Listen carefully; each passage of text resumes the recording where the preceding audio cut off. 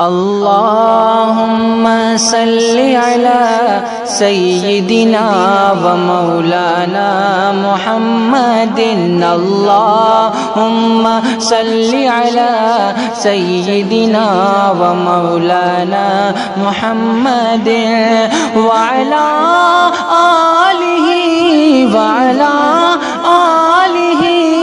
وصحبه وبارك وسلم اللهم صل على سيدنا ومولانا محمد.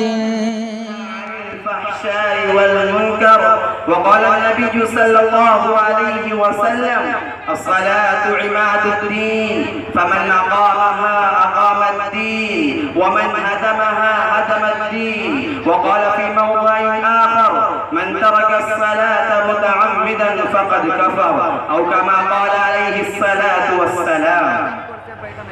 جن کے ہنگاموں سے تھے آباد ویران کبھی، جن کے ہنگاموں سے تھے آباد ویران کبھی، شہر ان کے مٹ گئے آبادیاں بن ہو گئیں. سطوت توحید قائم جن نمازوں سے ہوئی، سطوت توحید قائم جن نمازوں سے ہوئی، وہ نمازیں ہند میں نظر برہمن ہو گئیں. تمام تعریف احکم الحاکمین کے لیے زبا ہے، جو لم یلد ولم یولد، جو لم یزل ولا یزال، جو اللہ الصمد، جو ہم سب کا اور ساری مخلوقات کا پالنہار ہے. اور ہزارہ ہزار درود و سلام نازل ہو اس محسن انسانیت جناب رسالت مآب صلی اللہ علیہ وسلم پر کہ جنہوں نے اس دنیا میں، اس عالم میں، اس جہان میں حق اور دین کا بول بالا کیا.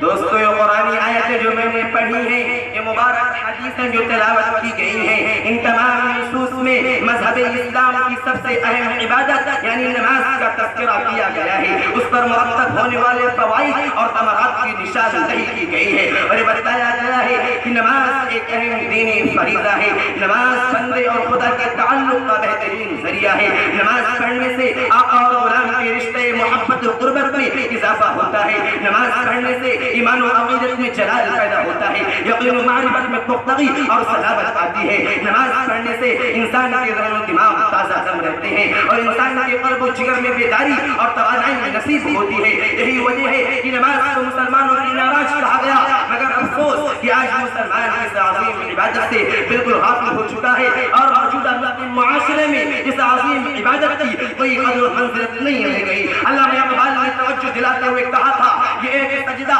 جسے تو کیا سمجھتا ہے، یہ ایک سجدہ جسے تو کیا سمجھتا ہے، ہزار سجدوں سے دیتا ہے آدمی کو نجات.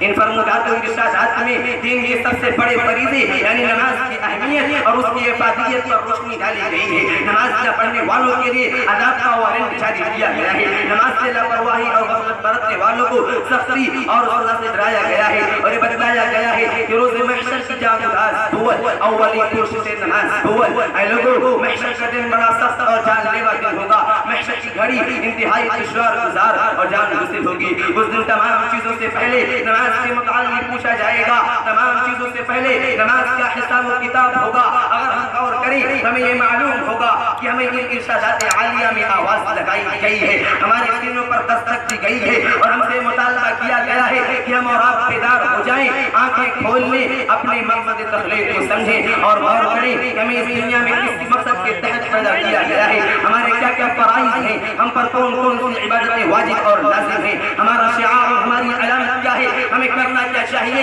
اور ہم کر کیا رہے ہیں. حضرات محترم، جس طرح ہر قوم کی ایک علامت ہوتی ہے، ہر جماعت کی ایک پہچان ہوتی ہے، ہر مذہب کا ایک خاص شعار ہوتا ہے، ہر دین کا اپنا ایک مخصوص امتیاز ہوتا ہے، ٹھیک اسی طرح اسلام کا بھی ایک طرح امتیاز ہے. انہیں محمدیہ کی بھی ایک منفرد پہچان ہے اور مذہب اسلام کا بھی ایک خاص شعار ہے. آقا مدنی جناب محمد رسول اللہ صلی اللہ علیہ وسلم نے ارشاد فرمایا، لكل شيء علم وعلم الإيمان الصلاة. جس طرح ہر چیز کی ایک علامت اور نشانی ہوا کرتی ہے، ٹھیک اسی طرح ایمان کی ایک علامت اور نشانی ہے. وہ علامت و نشانی ہے بھائیو نماز ہے. اہل ایمان کی شناخت نماز سے ہوتی ہے. آئیے پہلے ہم نماز کی اہمیت کو سمجھیں، اس کی افادیت پر توجہ دیں اور نماز کی قدر و منزلت کا اندازہ لگائیں. نماز کی فضیلت اور اس کی رفعت شان کو سمجھنے کے لیے صرف اتنا ہی کافی ہے کہ نماز کے علاوہ وہ جتنے بھی احکام شرعیہ فرض ہوئیں، جتنے احکام وہ ابر لطف جس کے سائے کو گلشن ترستے تھے، وہ ابر لطف جس کے سائے کو گلشن ترستے تھے، یہاں آئے میں اس کے جسم پر پتھر برستے تھے. وآخر دعوانا الحمدللہ رب العالمین.